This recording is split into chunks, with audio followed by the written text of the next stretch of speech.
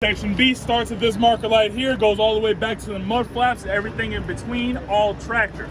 Coupling is its own section, which we will go over shortly.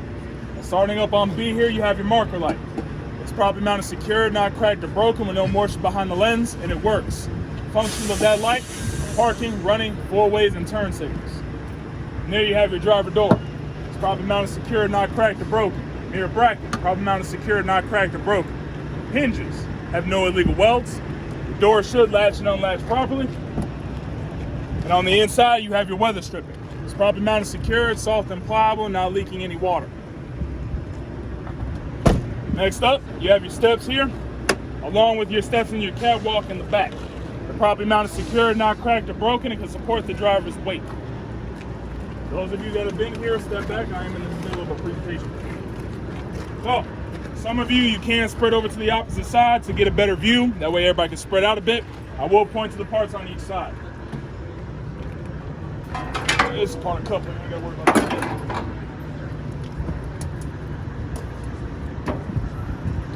Okay. So, start over with this right here. It's gonna be your fuel tanks. Your fuel tanks are properly mounted secured, not cracked or broken, no illegal welds, not leaking from the tank or lines.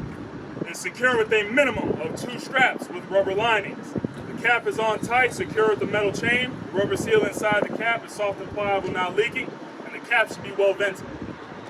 Right here is your frame and your cross members. It's properly mounted secured, not cracked or broken, with no illegal welds. Directly below me here is the drive shaft. The drive shaft is properly mounted secured, not cracked or broken, with no illegal welds. It is secure with U-joints that are well greased and free of debris. Directly behind me here, that silver pipe there, is going to be the exhaust system. The exhaust system is properly mounted secured, not cracked or broken, with no illegal welds, not leaking, with no sign of carbon soot. Carbon soot indicates a leak. Okay, so you got a suspension system now. So, you got your bracket, it's located here. The bracket is properly mounted secured, not cracked or broken, with no illegal welds. You have your control arm, it's located here. Control arm there. And your torque arm, it's located here. Both of those. Torque arm. So your control arm and your torque arm are properly mounted secured, not cracked or broken, with no illegal welds. You have your U-bolts, you can see them here. Bolts there. Pad for the U-bolt goes over the saddle, around the axle, secure at the bottom with an anchor plate. You have your hydraulic shock absorbers here. Probably mounted secured, not cracked or broken, with no illegal welds. Not leaking any hydraulic fluid. Has nuts, bolts, and rubber bushings at the top and the bottom. The rubber should be soft and pliable. That last up for the suspension, you have your airbags.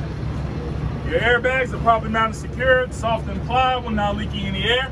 They're properly inflated and secured to the upper and the lower bellows. Okay, so the braking system, which is what I always suggest students learn first, is going to be the exact same between section A, B, and C. It is worth 4 points. So no matter what section you get on test day, you can guarantee 4 points as long as you master that system. So since the pre-trip is the same, I'll mainly go over parts so you know what each part looks like. So for the braking system for section B, right here is going to be your brake chambers. You have your slack adjuster and your push rod. It's going to look very different because it's upside down here. Now from here you can actually see the brake shoes and lining in the brake drum.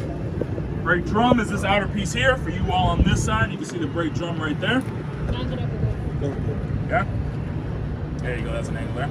So you got the brake drum on the outside. Then you have your brake shoes and lining right there. There you go, that's an angle. You able to see the brake shoes and lining? I gotta go. Come on around. Yeah, you gotta go around that way. And there's the brake shoes and lining. You see that right there. And of course the drum is this outer piece here. Yeah. So, like I said, review your video or any notes for the braking system for section 8 for the pre-trip for them. As I said, it's going to be the same, but at least you know what the parts are. Okay. That should be everything I need to be up here for, so those of you on this side can move back around.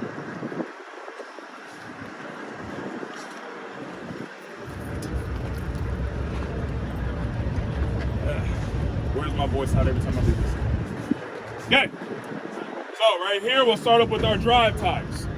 Our dry tires are properly mounted secure with no abrasions, bulges, cuts, or any exposed material on the sidewall. Tread depth no less than 2/32 of an inch in all of the major grooves. Same size and type across the axle.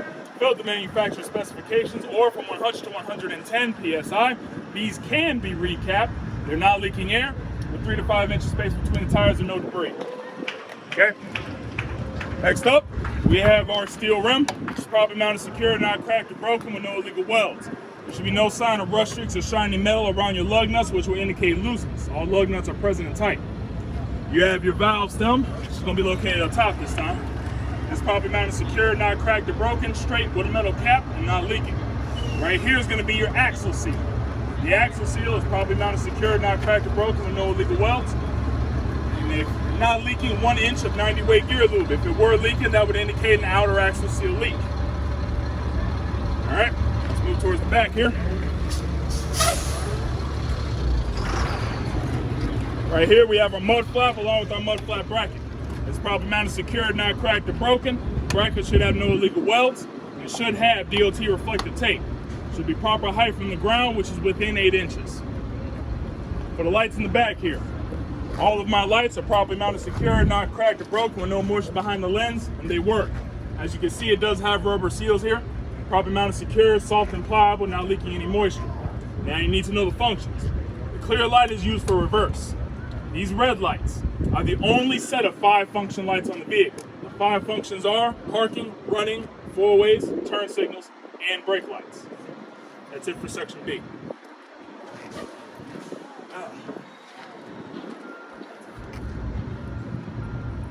Questions on B? Rush.